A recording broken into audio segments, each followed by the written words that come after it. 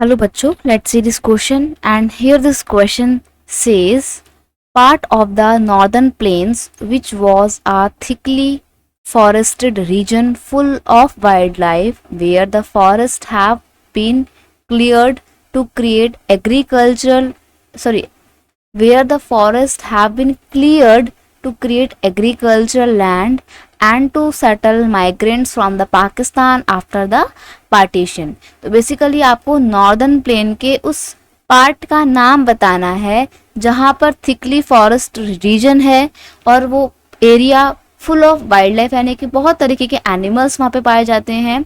Forest है but वहाँ का जो फॉरेस्ट है उसको क्लीन किया गया है ताकि उस लैंड को उस जगह को एग्रीकल्चर लैंड में कन्वर्ट किया जा सके.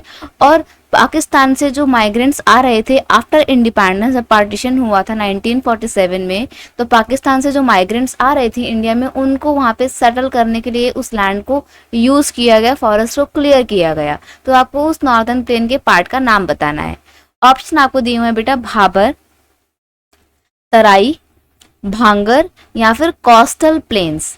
देखिए कोस्टल प्लेन्स वाले जो ऑप्शन है आपको उसको एलिमिनेट कर देना है क्योंकि प्लेन्स जो होते हैं, कोस्टल एरिया जो होते हैं वो इलाके होते हैं जो समुद्र के किनारे होते हैं.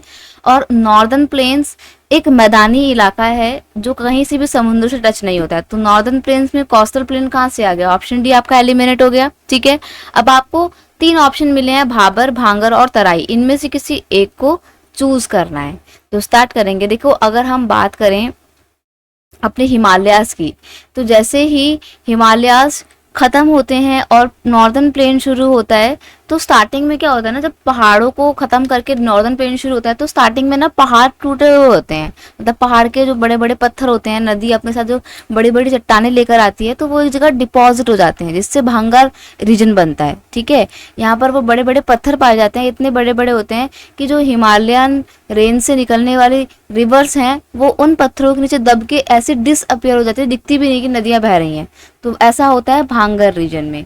फिर भांगर के बाद शुरू होता है तराइन रीजन या तराई रीजन, जहाँ पे बहुत फॉरेस्ट हैं, पेड़ पौधे बहुत हैं, वाइल्ड लाइफ भी बहुत है. यहाँ पर खेती भी काफ़ी अच्छी प्रचुर मात्रा में होती है. और यहीं पर ही पार्टीशन के बाद पाकिस्तान से आए हुए माइग्रेंट्स को बसाया गया था. वो पार्ट है तराई. ऑप्शन बी आपको टिक करना ही आपका बिल्कुल सही आंसर है. ठीक है, तो भांगर सबसे पहले पड़ता है. जैसे ही नॉर्दर्न प्लेन की शुरुआत होती है तो जो एक आप कह सकते हो रेंज आती है प्लेन की, पहली वो होती है भांगर रीजन की, देन उसके बाद आती है तराई रीजन की. ठीक है, एंड फिर उसके बाद आगे के जो भी होते हैं सो एंड सो फोर्थ वो आगे आते हैं. ठीक है, तो south of Bhabar the streams the reverse री इमर्ज. तो भाबर का जो एरिया है southern area, not initial area, क्योंकि इनिशियल एरिया में तो रिवर्स डिसअपियर होती हैं, बिल्कुल दिखती ही नहीं है. क्यों? क्योंकि वो बड़े बड़े पत्थरों के नीचे छुप जाती हैं. लेकिन हाँ, जैसे ही भाबर का एंडिंग शुरू होता है, सदर्न भाबर शुरू होता है, द स्ट्रीम्स एंड रिवर री इमर्ज. स्ट्रीम्स जो भी हैं, नदियाँ जो हैं वो री इमर्ज हो जाती हैं and create a wet swampy and marshy region known as Terai. और वो एक स्वाम्पी सा, मार्शी, दलदल वाला गीला गीला लैंड रीजन क्रिएट करते हैं जो कहलाता है तराई. और इस तराई रीजन में बहुत सारे पेड़ पौधे पाए जाते हैं, बहुत तरीके के एनिमल्स, वाइल्ड लाइफ काफ़ी अच्छी है यहाँ पर.